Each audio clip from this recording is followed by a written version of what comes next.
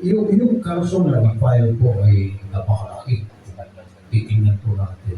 Pero ang binanggit po ninyo na timeline ay mayor pa yata si Digong. So,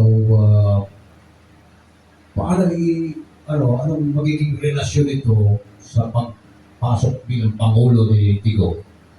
Lahat po ng mga projects nito ay nasa Davao Region. Kilala naman ng mga kababayan natin kung gaano malakas ang impluensya ng mga Dutertes sa Davao. Tapos lalo na ng presidente siya, ang ginawa ni Duterte, in-increasean niya yung pondo para sa Davao.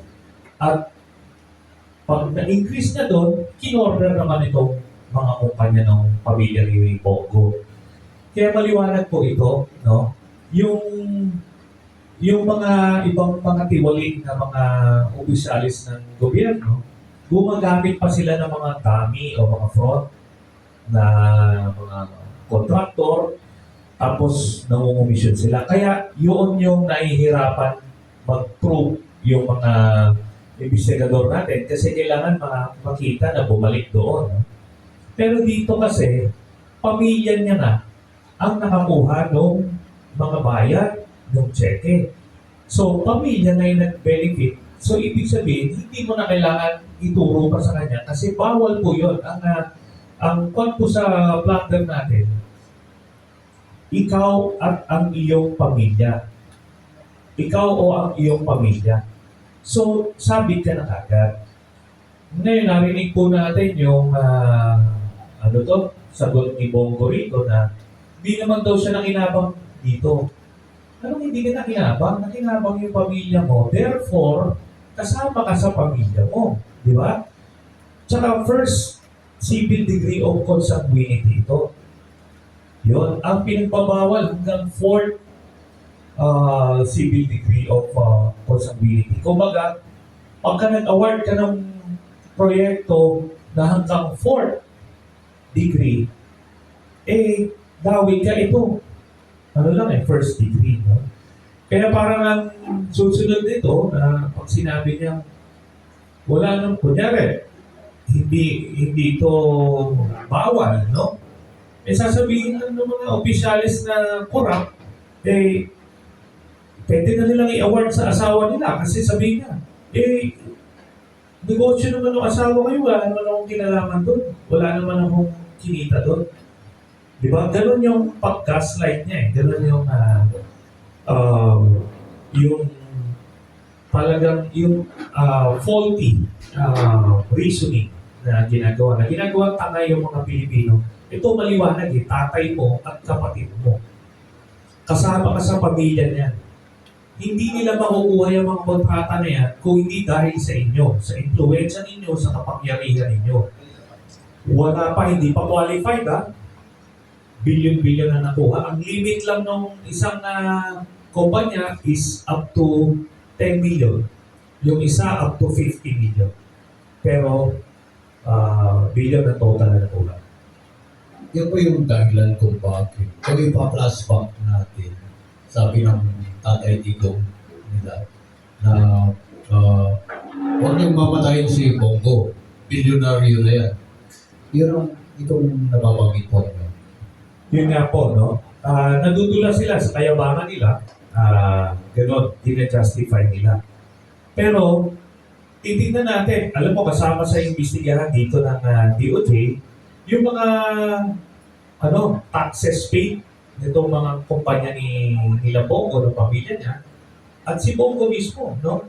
Sabi ko nga, hamunin niyo si Bongo na dalhin niyo siya nadalhin kayo sa bahay niya. No? Pero of course, gagawin yan, kukuha lang ng isang no? Pero alam ng mga security niya kung saan umuwi ito. Tignan niyo kung saan ang galing yan at nasaan siya ngayon. Remember, aid lang siya ni Duterte noon. Kung bilyonaryo ka, mag-i-aid ka ba? Diba? So yun po, maraming butas yung storya nila. Pero ngayon, kita-kita na lang. Yung pamilya ni Senador Bongo, direct participation dito sa kaso. Opo, lahat po sila, kasi conspiracy ito eh, no? So si Duterte, si Bongo, yung tatay ni Bongo na si Desiderio Go, tsaka yung kapatid niya, si Alfredo Go. Lahat po yan ay dawit as principals, no? Then, ito na, palalalimin na yung investigasyon kasi kasama yung mga naging fraud, no? Yung mga AAA companies na ginamit at yung mga district engineers simula noon at yung mga members ng Beats and Awards Committee, lahat yan. Dawit po yan. Pero pwede silang hindi madawit kung mag-voluntaryo silang magbigay ng totoong salaysay. Opo. May mga balibalita na halos buong Davao daw po ito pumayari na ng Duterte. Yung sa Island, properties daw doon, nagkalat. Hindi po malayo yan, no? At marami pa ito. Alam niyo, itong kaso na ito, pampungan pa lang po ito, no? Marami pa tayong ipa-file. At hindi po ito dahil sa eleksyon. Kasi dati ko na itong ginagawa. Ano pa lang eh. Noong first year pa lang nila eh, tinindigan na natin itong mga Duterte. Kasi kurakot, sinasabi ko nga noon, sana maniwala yung mga kababayan natin, bukod sa mga matay tao to, nung ng pagkakurakot itong pamilya nito.